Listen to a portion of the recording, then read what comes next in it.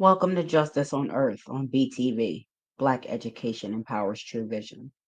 Tonight, we will be continuing our reading of the ISIS Papers, The Keys to the Colors, by world renowned Dr. Francis Cress Welsing.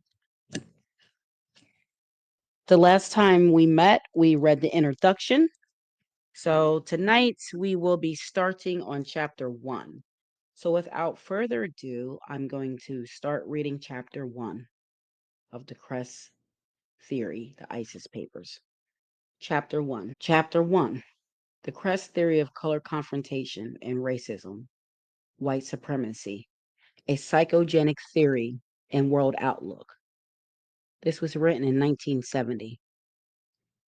Unlike religion, the body of knowledge known as science takes the position that all observable phenomena can be explained, or at least is a grist for the mill of investigation, analysis, and understanding by the human mind. In today's very small world, at least three-quarters of the people are non-white, and the members of this non-white majority population are subjected to domination throughout their lives, either directly or indirectly by a tiny minority of the world's people who classify themselves as white. Racism, white supremacy, then, is revealed as one of, if not the most important observable phenomenon in the world today, for which social, behavioral, and all other scientists should be seeking an explanation.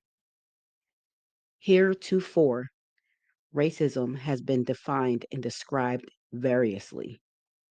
See Galati, Comer, Butts, and Penderhughes. Yet, in my view, the comment made by Oliver C. Cox in his 1959 award-winning text, Caste, Class, and Race, a monthly review press, still prevails. I will now read that definition. It is not ordinarily realized that of all the great mass of writing on race relations, there is available no consistent theory of race relations. The need for such a sociological explanation is so great that recently, when one author succeeded with some degree of superficial logic in explaining the phenomenon in terms of caste relations, the college textbooks and social science journals almost unanimously and unquestioningly hurried to adopt this theory. End of definition. Perhaps social and behavioral scientists have failed to develop a sound and consistent theory of racism because of their tendency to be less demanding and less stringently disciplined in sticking to observable and measurable data than so called physical scientists are required to be in formulating a hypothesis. Frequently, contrary to all basic premises of modern science, statements are made by some of these scientists a priori, that is to say, a that is to say, claimed as valid, independent, or a priori, that is to say, claimed as valid, independent of observation. Similarly, society in general fails to impose a significant amount of pressure on behavioral and social scientists to yield viable theories and definitions. Such theories and definitions subsequently can stand and function as efficient and effective tools to be utilized by social engineers as guides for changing social reality. However, the contrary seems to be the case. If there is any pressure at all, it is to maintain the social status quo. And all too often, institutions of society reward the superficial, inconsistent, and dysfunctional theories of societal dynamics. Nellie Fuller, in his 1969 copyrighted The United Independent Compensatory Code System Concept, a textbook and workbook for thought, speech, and or action for victims of racism, white supremacy, recognized the need for a functional statement on racism, one that could be utilized daily by those earnestly seeking to bring about social change. Fuller observed that, contrary to most present thinking, there is only one functioning racism in the known world, and that is white supremacy.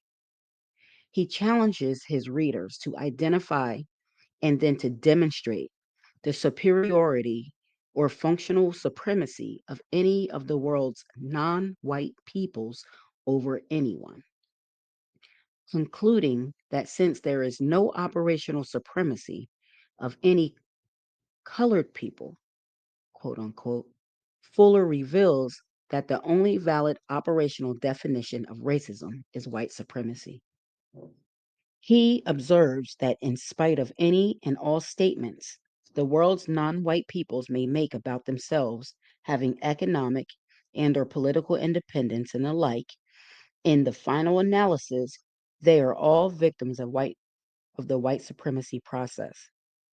He places major emphasis on the present realities of the world that can be verified and tested, rather than on what one could imagine to be the case, such as black or yellow supremacy. He further emphasizes that instead of focusing on individual cases or on specific locations, a perspective that examines the patterns of relationships between whites and non whites worldwide must be developed. Fuller explains that racism is not merely a pattern of individual and or institutional practice. It is a universally operating system of white supremacy and domination in which the majority of the world's white people participate. He discounts the validity of theories that recognize the evolution of economic systems as the origin of this state of affairs. Instead, he reveals the inadequate analysis of such theories by suggesting that various economic systems, such as capitalism, communism, and socialism, have been devised, used, and refined in the effort to achieve the primary goal of white domination. In other words, the goal of the white supremacy system is none other than the establishment, maintenance, expansion, and refinement of world domination by members of a group that classifies itself as the white race. Fuller then suggests that the word race, in this sense, has little biological validity, but is translated more correctly as organization, the sole purpose of which is to maintain white domination and world control. Fuller's emphasis on the concept of color amplifies the assertion made in 1903 by W.E.B. Du Bois, perhaps the greatest American social scientist. In the souls of Black folk, that the great problem facing the 20th century is that of the color line. Whether or not one is emotionally comfortable with Fuller's thesis and assessment in the germane, whether or not one is emotionally comfortable with Fuller's thesis and assessment is not germane. The question of such comfort never has been the important concern of scientific investigation. Of great significance in Fuller's work is the description of relationships between non white and white peoples. Fuller defines and elucidates that these relationships as a means of accounting for all illuminating many past and present observable social practices.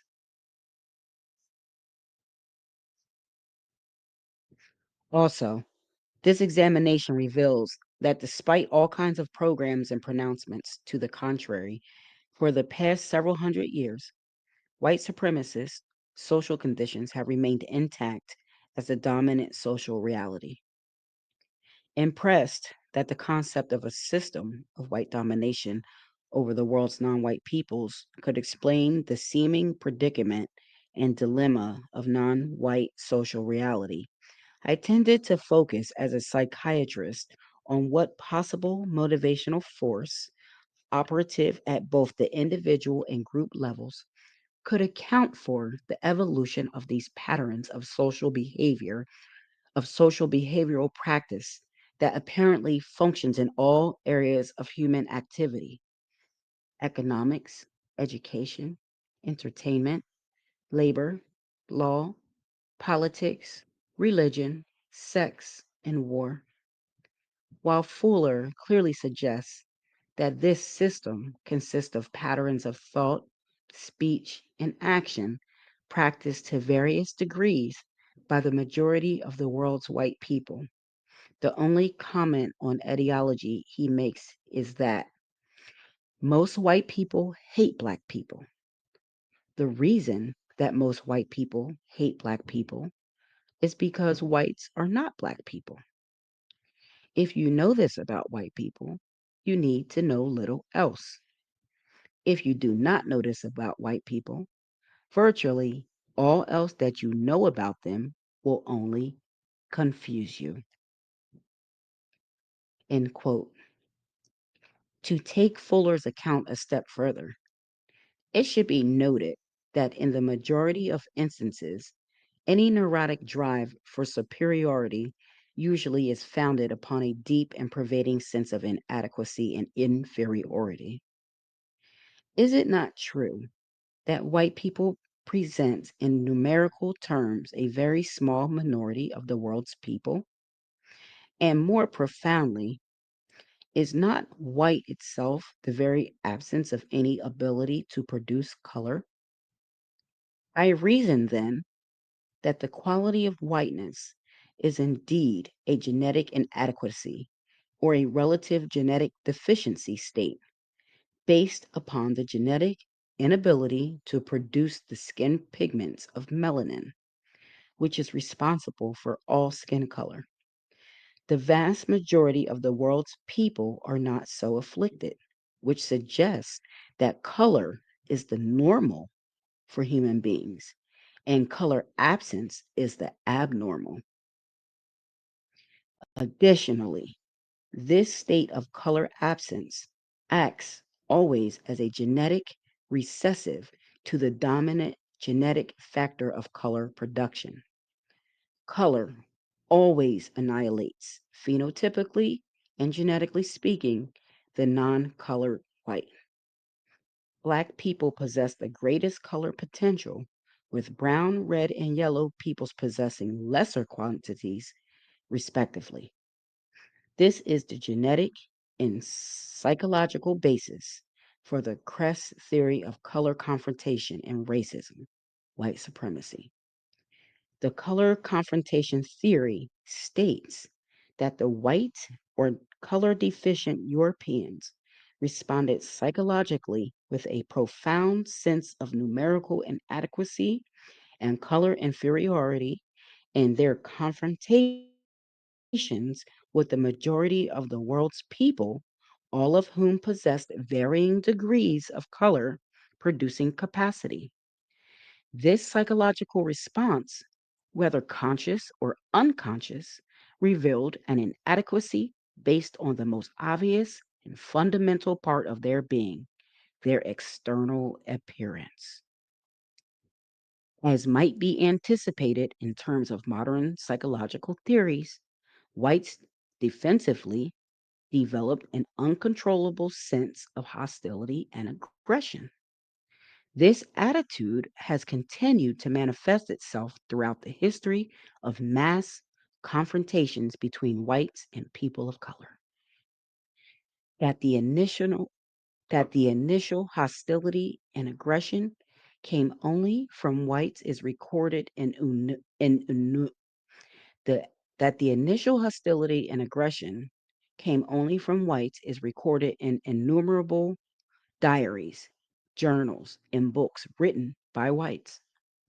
All records indicate that only after long periods of great abuse have non whites responded defensively with any form of counterattack. This perplexing psychological reaction of whites has been directed towards all people with the capacity to produce melanin. However, the most profound aggressions have been directed toward Black people, who have the greatest color potential and therefore are the most envied and feared in genetic color competition. The experience of numerical inadequacy and genetic color inferiority led whites to implement a number of interesting, although devastating to non white people, psychological defense mechanisms.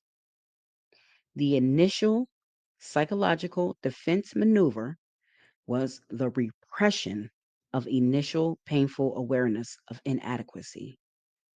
This primary ego defense was reinforced by a host of other defense mechanisms.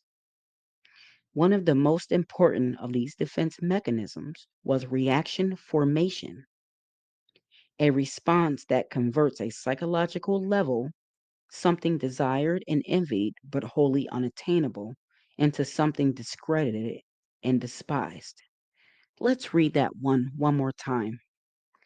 One of the most important of these defense mechanisms was reaction formation, a response that converts at the psychological level something that is desired and envied, but wholly unattainable, into something that is discredited and despised.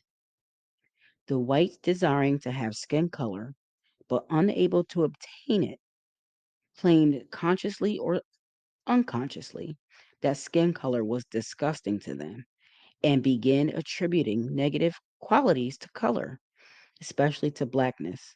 Interestingly, the term non white is a double negative, resulting in a positive statement. This is perhaps a Freudian slip, wherein the use of language ultimately reveals the primary psychological dynamic. White's desire to have colored skin can be observed at the very first signs of spring and summer, when they begin to strip off their clothes, as many pieces as the law will allow, often permitting their skins to be burned severely in an attempt to add some color to their pale bodies and rendering themselves vulnerable to skin cancer in the process. Most cosmetics are also an attempt to add color to white skin. Such coloring makeup is a such coloring makeup is provided for the white male as well as female. And finally, untold millions are untold millions are spent annually on chemicals that are advertised as being able to increase the tanning potential of whites. The fact that some blacks have attempted to change the color of their skin to white does not mitigate the force of this argument, as it can be demonstrated readily that these non whites are responding to the already established social conditions of white supremacy.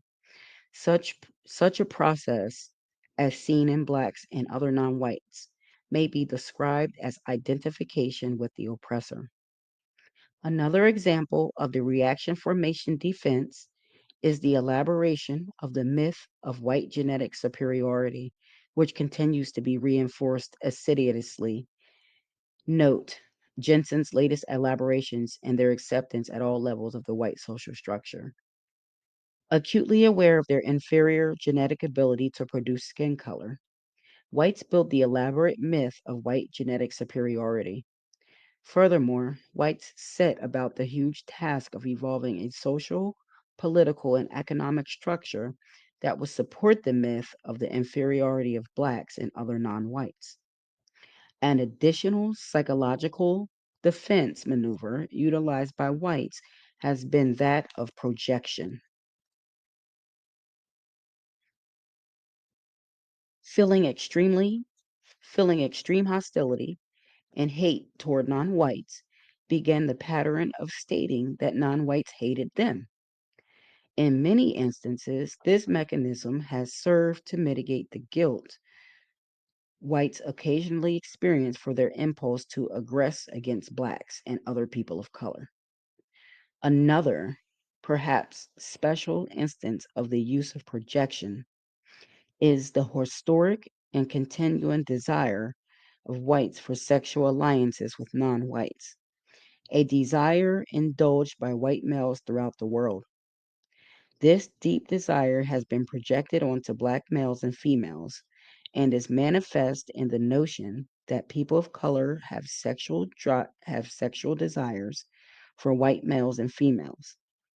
The color confrontation theory postulates that whites desired and still do desire sexual alliances with non-whites, both male and female, because it is the only because it is only through this route that whites can achieve the illusion of being able to produce color.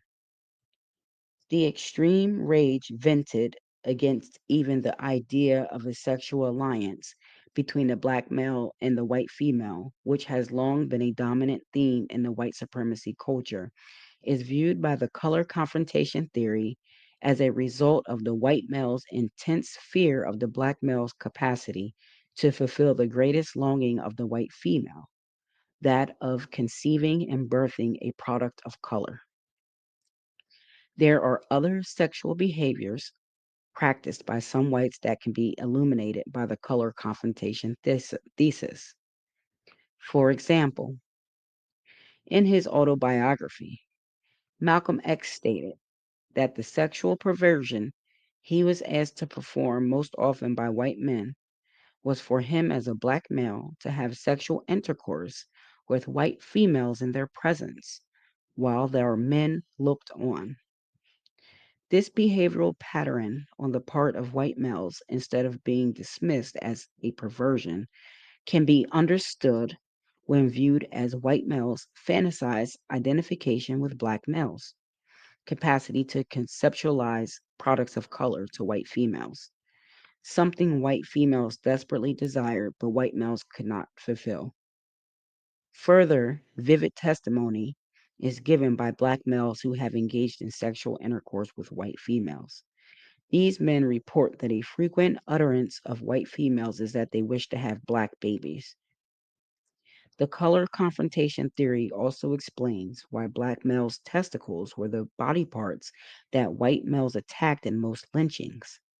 The testicles store powerful color producing genetic material. Likewise, the repeated and consistent focus on the size of black males' penises by both white males and females is viewed by this theory as a displacement of the fundamental concern with the genetic color producing capacity residing in the testicles. Since the fact of color envy must remain repressed, color desire can never be mentioned, or the entire white psychological structure collapses. Therefore, attention is displaced to a less threatening object or symbol, the penis.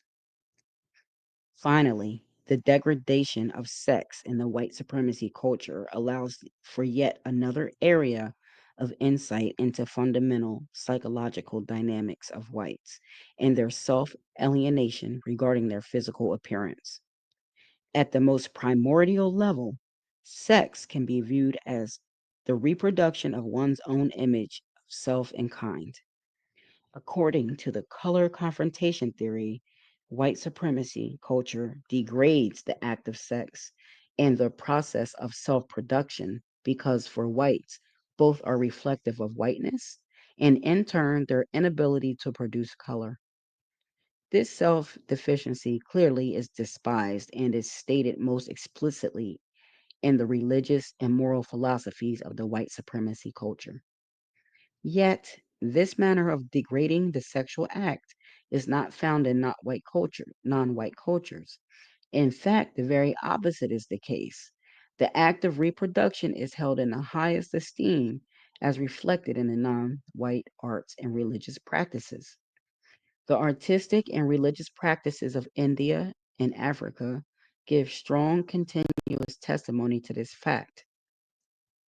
In whites, this initial core feeling of alienation from themselves and from the act that produced their image found subsequent expression in their thought process, religious philosophies, moral codes, social acts, and the entire social structure. Psychiatrists and other behavioral scientists frequently use the patterns of overt behavior towards others as indications of what is felt fundamentally about the self. If hate and lack of respect are manifested toward others, hate and lack of respect are felt most often at deeper levels toward the self. Facets of other behavioral patterns within the white supremacy cultural framework support this thesis. For example, many white writers in all areas of the world experience and write about their profound sense of self alienation.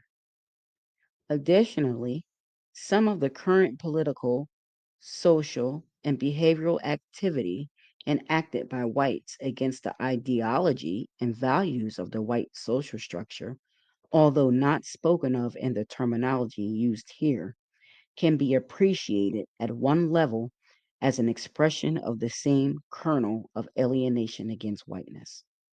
Thus, the hippies and yippies, by allowing dirt to accumulate on themselves in one sense, are adding color to their skin. They also, by allowing their head and facial hair to proliferate, cover themselves with the only part of their bodies that has substantive color, their hair. The present frantic attempts made by whites to counter this sense of alienation take the form of free and open sexual practices and sexual orgies. Such attempts will be unsuccessful because, again, the core problem is a sense of alienation, primarily from their own colorlessness, and secondarily, from their social practices and structure whites have built around the psychological core over the centuries. Racism, white supremacy, having begun as a form of self alienation, has evolved into the most highly refined form of alienation from others as well. The color confrontation theory views all of the present battlegrounds in the world as vivid reflections of this reality. The destructive and aggressive behavioral patterns being displayed by white peoples toward all non white peoples is evidence of the inner hate, hostility, and rejection they feel towards themselves, and of the depth of self alienation that has evolved from the genetic and psychological kernel of color inadequacy. The mass inability of whites to live and attend school in the presence of non whites is expressed in the patterns of Black and white housing and education throughout this country and the world. In terms of the color confrontation thesis, this inability is seen as an apparent psychological discomfort experienced by whites in situations where, in confronting their neighbors of color, they must face their color inadequacy daily. Also, the myth of white superiority is exploded in the presence of equitable social and economic opportunity. The white personality in the presence of color can be stabilized only by keeping blacks and other non-whites in obvious inferior positions. The situation of max proximity to blacks is intolerable to whites because blacks are inherently more than equal. People of color always will have something highly visible that whites never can have or produce: the genetic factor of color. Always in the presence of color, whites will feel genetically inferior. The difficulty whites have in according the difficulty whites have in according non-whites socio, political, and economic equality within the white supremacy structure stems neither from a moral issue nor from political or economic need, but from the fundamental sense of their own unequal condition. In regards to their numerical inadequacy, the color deficiency, in regards to their numerical inadequacy and color deficiency, they can compensate for their color inadequacy only by placing themselves in socially superior positions. The color inadequacy of whites necessitates a social structure based on white superiority. Only tokenism can be tolerated by such a motivational psychological state, wherein the evolution of the myth of the exceptional non white is used again as a defense mechanism. Thus, the thrust towards superiority over peoples of color, the drive toward material accumulation, the drive toward a technological culture, and the drive toward powers are all cornerstones of the universal white supremacy culture, and they are viewed in terms of the color confrontation thesis as responses to the core psychological sense of inadequacy. This inadequacy is not measured in terms of infant size as compared with that of an adult, as postulated by Alfred Adler. Rather, it is an inadequacy rooted in the inability to produce melanin. This genetic state is in actuality a variant of albinism. The color confrontation theory further postulates that whites are vulnerable to their sense of numerical inadequacy. This inadequacy is apparent in their drive to divide the vast majority of non whites into fractional as well as frictional minorities. This is viewed as a fundamental behavior response of whites to their own minority status. The white race has structured and manipulated their own thought processes and conceptual patterns, as well as those of the entire non white world majority, so that the real numerical minority, whites, illusionally feels and represents itself as the world's majority, while the true numerical majority, which are non whites, illusionally will feel and view itself as the minority. Interestingly, the white collective, whenever discussing the question of color, never discusses any of its own particular ethnic groups as minorities, but constantly focuses on the various ethnic and language and religious groups of non white people as minorities. Then great efforts are made to initiate conflict between these arbitrary groups. This is one of the key methods by which a minority can remain in power. The divide, frictionalize, and conquer pattern, observable throughout history wherever non whites are confronted by whites, results primarily from whites' sense of color deficiency and secondarily from their sense of numerical inadequacy. This pattern, then, is a compensatory adjustment to permit to permit psychological comfort through dominance and control. See diagram 1, which we will read in a moment. Similarly, the present day frantic focuses on birth control for the entire non white world is another example of white people's conscious or unconscious awareness of their numerical deficiency status. There is never great emphasis on controlling the birth of whites. In fact, there are some white governmental groups that give dividends to citizens for increased procreation. So let's take a look at the diagram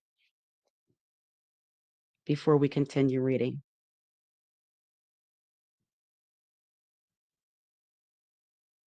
Hope you guys are doing good. So here's the diagram. Hope you can see it. And I'm going to read it to us. So this is the diagram. I'll read it on camera and then I'll go back off so we can concentrate on the literature. The psychogenetic and social dynamic of racism, white supremacy. The genetic factor, color inadequacy, state, white albinism or variant. Individual and group psychological response, development of psychological defense mechanisms. Compensatory logic system, white supremacy. Compensatory behavioral practices, economics, education, entertainment, labor, law, politics, religion, sex, and war, all 9 areas of activity. White supremacy behavioral system and cultural on a worldwide scale, which results in systematic oppression, domination, and inferiorization of all people with the capacity to produce significant amounts of melanin, which is skin pigmentation, in the colors of black, brown, red, and yellow, people of the earth. All right, let's get back into the literature, shall we? All right. The above are but a few examples selected from millions of large and small behavioral patterns practiced by whites in varying quantities. Yet, these examples effectively demonstrate the individual and collective neurotic need to focus on color, sex, genetics, numbers, superiority, inferiority, white supremacy, and power. The color confrontation theory contends that all of the above can be explained on the basis of the core psychological sense of color deficiency and numerical inadequacy. The individual patterns of behavior that over time evolved into collective, social, institutional, and now systemic patterns are seen as the origin of the system of white supremacy, which operates at a universal level and is only effective in functional racism that exists in the world today. Furthermore, racism, white supremacy in this historical epoch is viewed as a full blown social contradiction and the major social dynamic superseding all others and influencing universal social practices and decisions.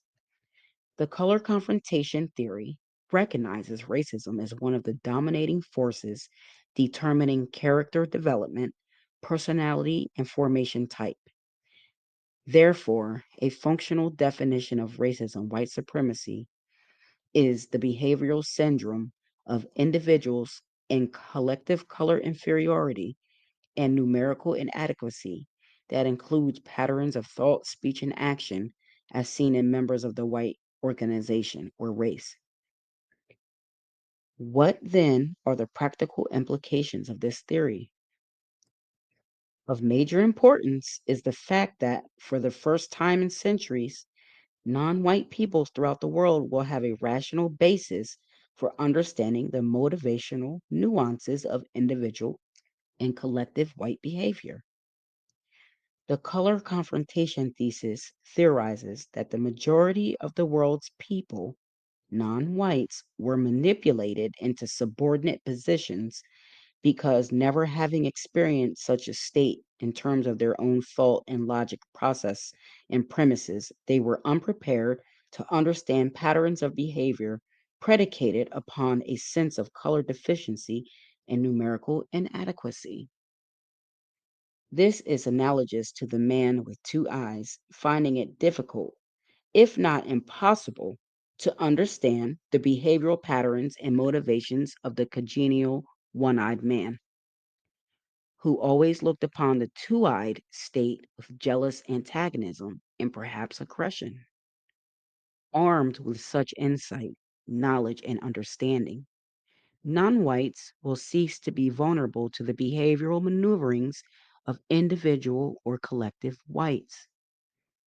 Non whites will be less vulnerable to the messages of white superiority that radiate throughout the known universe and permeate world cultures, which are dominated by the white supremacy system.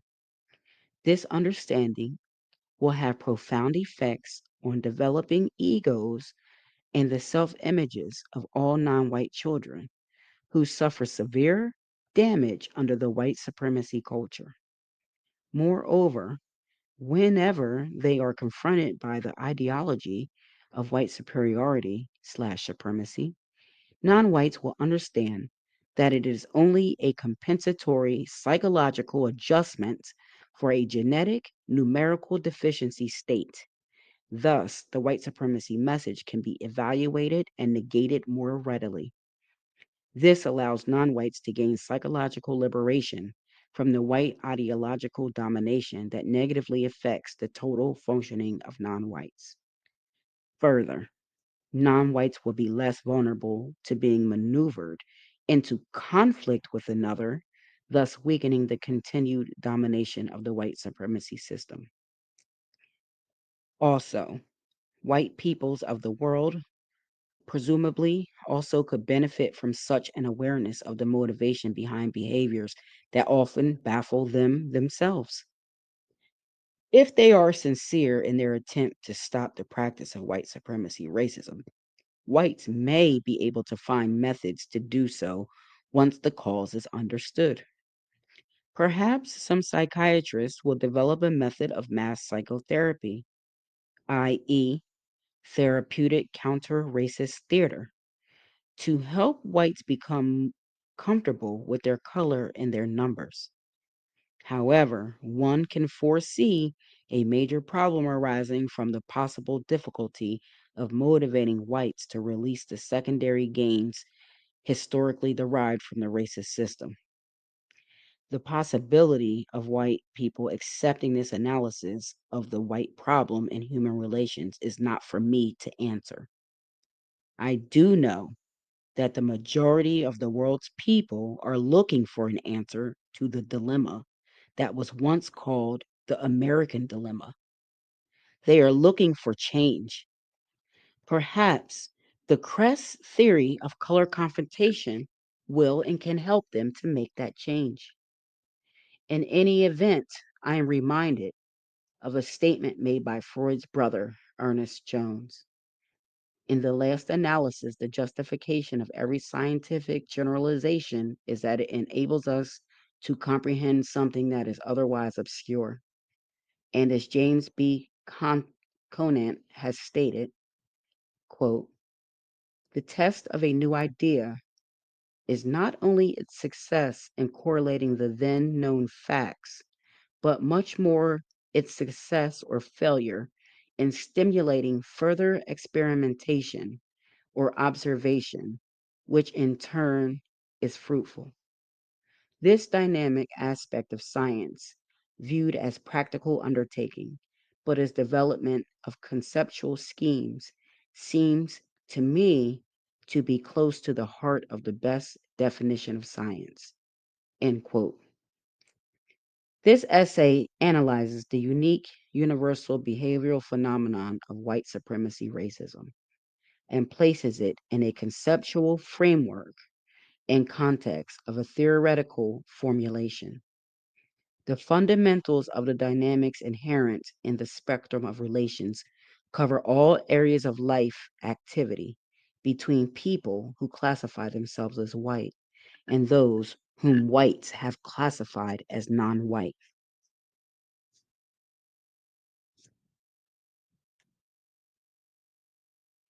So that's the end of chapter 1. Some great reflection that we can take away there, and the understanding that I think we can have of this dominant system that we're subjected to, and really understanding the underlying psychological cause of it. I do agree with Dr. Crest that it can help us to negate the potency of the messages that we're receiving daily in response to this system. So I hope you guys enjoyed that. Again, make sure you guys grab the book for yourselves so you guys can study from the book and take your notes and be able to internalize the information on your own. But until then, on Justice on Earth, we will continue to read through the material for those who cannot. And for that, I'm grateful and I'm thankful for the great Dr. Cress Welsing. I do not own the rights to any of this material, and all the material that I share here is for edification and educational purposes. So, with that, I bid you a good farewell. So, have a great evening, everyone. Peace, love, kings and queens up to the family. Until the next Justice on Earth. Queens up in your